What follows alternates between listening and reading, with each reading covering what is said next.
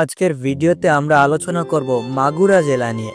আপনি কি জানেন মাগুরা এমন একটা জায়গা যেখানে নদীগুলো সারা বছর সবুজ পানি নিয়ে বয়ে চলে, আর চারপাশে সবুজ ধানের ক্ষেত, যেন একটা জীবন্ত ছবি। আপনি নৌকায় চড়ে এখানে ঘুরতে পারেন, পাখিরা গান গাচ্ছে আর গ্রামের মানুষজন হাসি মুখে আপনাকে স্বাগত জানাচ্ছে। এমন একটা জায়গায় যাওয়ার ইচ্ছা কার কার আছে অবশ্য জানাবেন। আজকের ভিডিওতে আমরা মাগুরা সম্পর্কে এমন কিছু মজার তথ্য জানব, জেলার কয়েকটি সেরা টুরিস্ট স্পট সম্পর্কেও আমরা আজকে জানব। তাহলে সবকিছু জানতে সাথেই থাকুন। মাগুরা বাংলাদেশের দক্ষিণ পশ্চিমের একটি জেলা, খুলনা বিভাগের একটি জেলা। এটি ঢাকা থেকে 175 কিলোমিটার দূরে এটি অবস্থিত। সময় লাগবে 5 থেকে 6 ঘন্টা। জেলার মোট এলাকা প্রায় 1039 বর্গ কিলোমিটার, যা বাংলাদেশের অন্যান্য জেলার তুলনায় মাঝারি সাইজের। 2022 সালের হিসাব অনুযায়ী 10 লক্ষ মানুষের বসবাস এখানে। মাগুরার ভূগোলটা খুবই সুন্দর। এটা সমুদ্রপৃষ্ঠ থেকে মাত্র 26 ফুট উঁচু, তাই চারপাশে জলতল জমি, নদী আর খালবিল। জেলায় অনেক নদী আছে, যেমন নবগঙ্গা, মধুমতি, পটকি। এগুলো জেলার জীবনরেখা। নদীগুলো থেকে পানি নিয়ে কৃষিকাজ হয়। সব মিলিয়ে মাগুরা একটা সবুজ উর্বর জেলা, যেখানে প্রকৃতি সব সময় হেসেই চলছে। মাগুরার মূল অর্থনীতি হচ্ছে কৃষি নির্ভর। প্রায় 90% মানুষ কৃষির উপর জড়িত। এখানে ধান, পাট, সবজি, ফলমূল সবকিছুই উৎপাদন হয়। বিশেষ করে ধানের ফসল খুব ভালো হয় এখানে, কারণ মাটি খুবই উর্বর।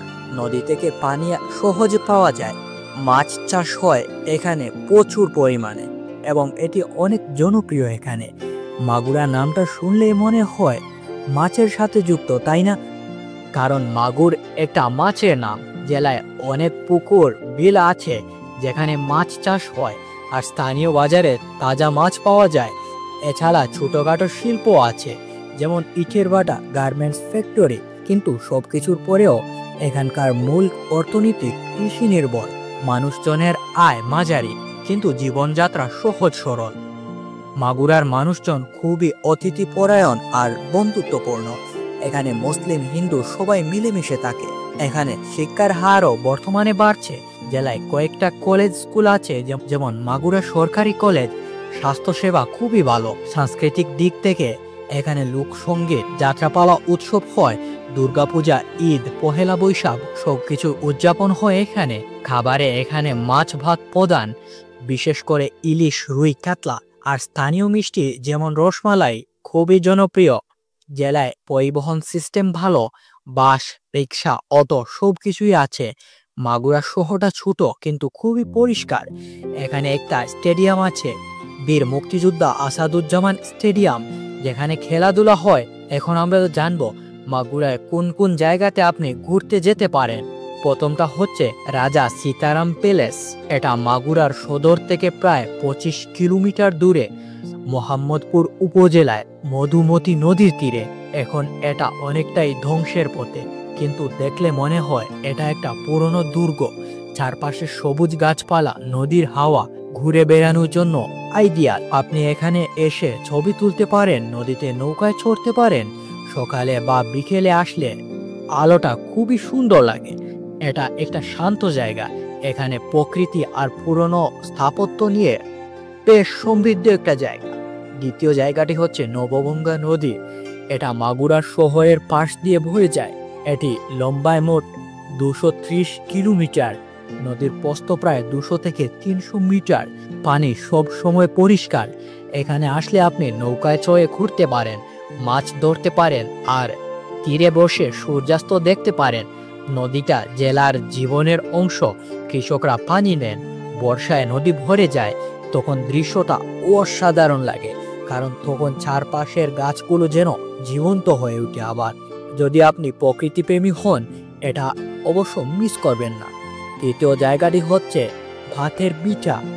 এটা মাগুরা সদর থেকে 12 কিলোমিটার দক্ষিণে, পটকি নদীর তীরে একটা টিলা। নামটা শুনলেই মজা লাগে, তাই না?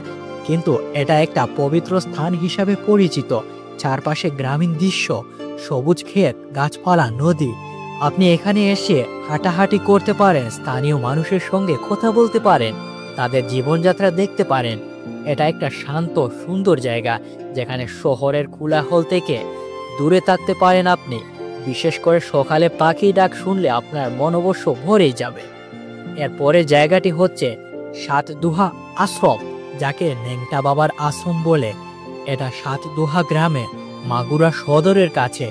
এখানে একটা বড় শিব মন্দির আছে, ধর্মীয় স্থান, কিন্তু টুরিস্টরাও আসে এখানে। চারপাশে গাছপালা, ছোট পুকুর, পরিবেশটা খুবই শান্ত। আপনি এখানে মেডিটেশন করতে পারেন, মন্দির ঘুরে দেখতে পারেন। এখানে গেলে আপনার মাইন্ড অবশ্য ফ্রেশ হয়ে যাবে, কথা দিলাম। বন্ধুরা, মাগুরা জেলা এমন একটা জায়গা যেখানে প্রকৃতি, মানুষ আর সাধারণ জীবন মিলে একটা সুন্দর ছবি তৈরি করে। এখানে আসলে আপনি ব্যস্ত জীবন থেকে ছুটি নিতে পারেন, নতুন অভিজ্ঞতা নেবেন।